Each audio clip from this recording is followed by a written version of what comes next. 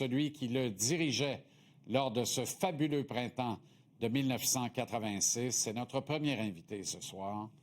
Jean Perron, j'aime te parler dans d'autres circonstances. D'abord, mes condoléances, Jean. Comment ça va malgré la terrible nouvelle aujourd'hui?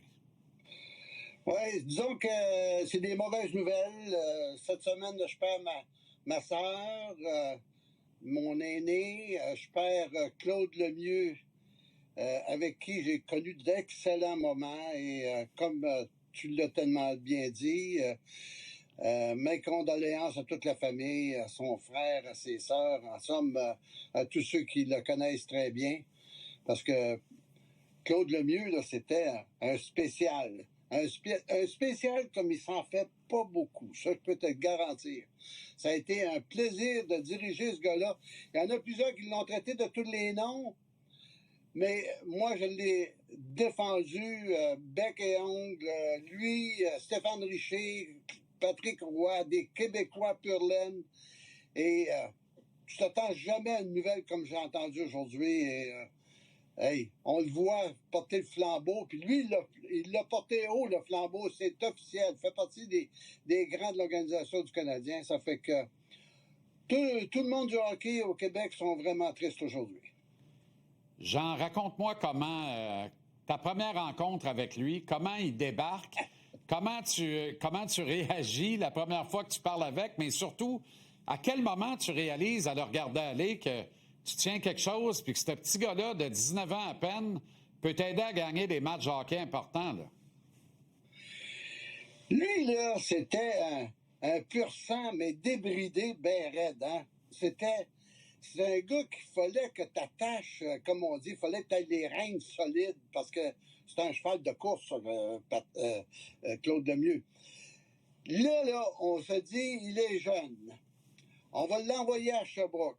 Puis il a toujours été respectueux. Quand je l'ai coupé là, en 1985, il a pris ses affaires, puis il est parti. Mais là, ce que j'ai eu comme surprise, quand je suis arrivé dans le stationnement, le chef de la sécurité, il a dit « Jean, c'est un moyen phénomène, ce Claude Lemieux-là. » J'ai dit « Comment ça? » Il dit « Quand il est parti, là, avec son sac de hockey, puis ses gants, puis le bâton, puis les patins, il dit « Il a fracassé sa vitre d'auto en partant. » Ça fait que ça a été ça. Il était tellement enragé de s'en aller à Sherbrooke. Mais quand on l'a rappelé, parce qu'on savait qu'il brûlerait la Ligue américaine, il avait connu une saison formidable, on l'a rappelé pour un match à Buffalo. Qui nous fait le but gagnant? Ça, il restait à peu près une dizaine de matchs, je pense, à jouer. C'est Claude Lemieux à Buffalo, s'il vous plaît. Et là, à partir de là, ça n'a jamais arrêté. Un agitateur, un excellent joueur de hockey, un compteur, un gars qui était grand dans les situations les plus importantes. Tout le monde se souvient du fameux but en prolongation contre les Oilers d'Hartford, mais il en a fait beaucoup plus que ça, là. Hey, il va dire une chose, il a rentré en dessous de la peau d'un paquet de joueurs dans la Ligue nationale. Ben oui. Puis ça n'a jamais arrêté jusqu'à temps qu'il se retire. Donc, non, lui, tu peux pas faire autrement. Si tu as joué contre Claude Lemieux ou avec Claude Lemieux, tu as des anecdotes à raconter, tu pourrais écrire un livre. Quand tu dis que tu l'as coupé à la fin du camp d'entraînement de 85, Jean, là, et qui était frustré, je tente une explication. Lui, là, le printemps d'avant, le printemps de 85, là, il était supposé aller gagner la Coupe Calder avec le Canadien de Sherbrooke, avec une panoplie de kids qui ont gradué avec toi au camp d'entraînement de 85 en vue de la Coupe de 1986. Y avait-tu un peu de ça là-dedans? Parce que lui, il n'a pas pu se rapporter à Sherbrooke. Il était occupé à gagner la Coupe du Président avec le Canadien junior de Verdun dans la Ligue junior majeure du Québec. Fait qu'il a raté la Coupe Calder dans le fond de la Ligue américaine contre les Skipjacks de Baltimore. Fait que toi, tu as vu arriver des gars qui venaient de gagner un championnat dans la Ligue américaine. Probablement que dans tes discussions, puis les discussions avec ta garde rapprochée, à un moment donné, ça a pu faire la différence. Tu as dû dire, on va envoyer le mieux faire ses classes un peu en bas parce que ceux qu'on a ici l'ont fait puis ont gagné, on les garde ici, puis on ramènera le mieux plus tard dans la saison. Ça s'est-tu passé à peu près de même?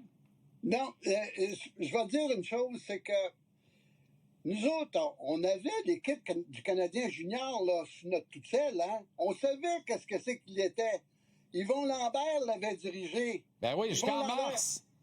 hey, Yvon Lambert l'avait laissé sur le trottoir à Chicoutimi. Ça fait que on a dit, hey, il va être discipliné en jouant à Sherbrooke. Il va apprendre qu'est-ce que c'est d'être un vrai professionnel. Puis moi, je vais dire une chose. Oui, il a fait des frasques, mais jamais qu'il nous a manqué de respect aux entraîneurs. Je vais dire une chose. Oui, il prenait de l'espace. Il, il, il rentrait en dessous de la peau de tout le monde contre qui il jouait, même avec certains de ses coéquipiers. Hey, je me souviens, Chris Dallin, il me disait, hey, Claude Lemieux, reviens au banc, tu prends mon temps de glace. Claude Lemieux, tu prends trop de place sur le banc. Bobby Smith est venu engager. Hey, moi, j'avais une grosse équipe. Les gars étaient gros. C'était la plus grosse équipe de toute la Ligue nationale. Le banc du Forum n'était pas assez grand pour nous autres. Puis mon Claude Lemieux avait l'habitude, quand il revenait, de s'étirer sur le banc. Bobby Smith disait, va-t'en dans le corridor, on va faire des étirements. Il faisait ça toutes les fois. En tout cas, il était agaçant. Il était agaçant, mais... Ça rejoint, c'est ça.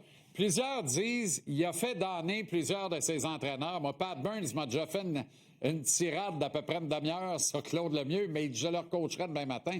N'importe qui voulait coacher Claude Lemieux. Tu sais, à un moment donné, là, sauf que, tu sais, des fois, il mettait le trouble, puis là, il s'en allait. Les coéquipiers n'aiment pas tout le temps ça, mais tout le monde rejouerait avec. Puis tout le monde reconnaît une affaire, Jean.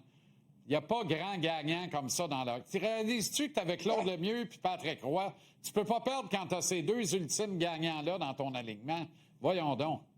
Moi, j'avais 3 Québécois que j'adorais. J'avais Patrick Roy, j'avais Claude Lemieux, puis j'avais Stéphane Richer. Ben oui. Je protégeais ces 3 gars-là comme la prunelle de mes yeux parce que je savais qu'ils étaient bons. Et Claude Lemieux, écoute, moi, je l'ai eu à sa première année. Pat Boy, j'ai eu du trouble avec. Parce que là, oublie pas de chose. Claude Lemieux, là, il connaissait sa valeur au sein de l'équipe, là. Ben il oui. savait que il était devenu une vedette instantanée. C'est comme Patrick Roy. Puis les vedettes, ben, des fois, tu sais, ils viennent qui ont des gros égos, puis à un moment donné, ben, ils veulent toujours jouer, puis écoute, comme Patrick Roy, lui, il voulait gauler toutes les games, puis Claude Lemieux voulait avoir plus de temps de lance, et ainsi de suite. Puis il y en a qui ont dit que Claude Lemieux faisait la tortue, c'était un chicken. Hey, m'a dire une chose. James Patrick, que j'avais dirigé avec l'équipe olympique en 84, il était devenu capitaine des Rangers de New York lorsqu'on les a rencontrés dans la 3e ronde. Puis, il avait dit à tout le monde, Claude Lemieux va m'en occuper parce que moi, j'ai pas peur de lui. Il a décidé de jeter les gants contre Claude Lemieux. Il a mangé une maudite volée. Il est sorti de là comme un raton laveur. Ça fait que, je vais dire une chose, il fallait pas que tu niaises avec Claude Lemieux, mais lui, il connaît. Moi, j'ai dit à tout le monde, Claude Lemieux, pour moi, il est abonné à Éco-Vedette, au lundi, à tous ces journaux de potins. Il y avait toujours une petite remarque à faire aux joueurs adverses et ça les rendait fous. Ça les rendait malades. Hey, Peplinski, certain que Peplinski a encore des cicatrices des doigts. Capitaine des Flames. Ah oui. Il avait osé se batailler avec Claude Lemieux, puis il s'était approché de la bouche de Claude Lemieux, il l'avait mordu. Bien, c'est ça l'affaire. Je termine là-dessus, là, mais justement, le phénomène, là, il fait la poule, puis il assume pas, là. Ça, là, j'en prends, c'est vrai. C'est-à-dire qu'il voulait mettre la merde puis s'en aller. Mais quand il restait là puis il allait, c'est toi qui passais un mauvais quart d'heure. T'es fort comme un bœuf, ce gars-là. T'en avais des bœufs, t'avais rien que ça, des bœufs. Puis lui, c'était le petit bœuf de 19 ans, c'était le petit veau rentré, puis faisait la barbe au bœuf de la Ligue. Hey, écoute, Jean-Charles, lui, là, il s'est ennuyé après avoir mis fin à sa carrière dans l'Île nationale. Il s'est allé jouer en Chine, dans la KHL. Il a tout viré ça en envers. Les Sharks de San Jose, ils ont dit, ce gars-là, il est encore capable de jouer au hockey. Ils l'ont ramené. Ils l'ont ramené, ils l'ont signé pour un contrat encore. Puis moi, je l'avais dirigé avec les anciens Canadiens. On avait un match de charité. J'avais Claude Lemieux avec Stéphane Richer. Hey, il va te dire une chose, il n'y a pas personne qui était capable de suivre ces gars-là. C'était encore des chevaux de course. Ça fait que...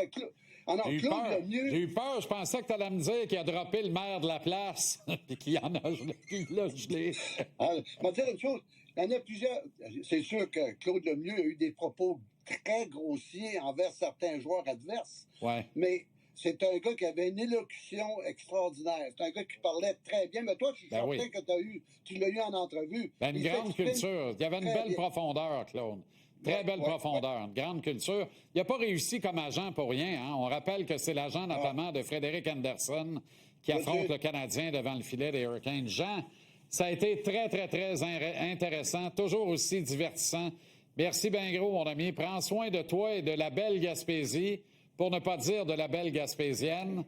Et puis mes condoléances aussi pour ta sœur aînée. Je n'en savais rien. Alors, tu m'envoies désolé également, Jean. Ah non, on va dire, c'est une dure semaine, ça. C'est deux personnes très proches de moi, puis en tout cas, de toute façon, c'est ça la vie, puis il faut composer avec ça, parce que on vieillit, hein? On vieillit, j'en perds de mes copains là, dans la Ligue nationale. On a perdu Guy Lafleur. Hey, j'ai assisté aux funérailles des trois plus grands de l'organisation. Maurice Richard, Jean Béliveau, Guy Lafleur. Et là, tout à coup, on a Claude Lemieux. Ça fait que c'est triste, mais c'est ça la vie. Mais toi, tu prends pas une ride. Le vent du large te fait du bien, visiblement. Salut, Jean. À très bientôt. OK, merci. Bonne soirée.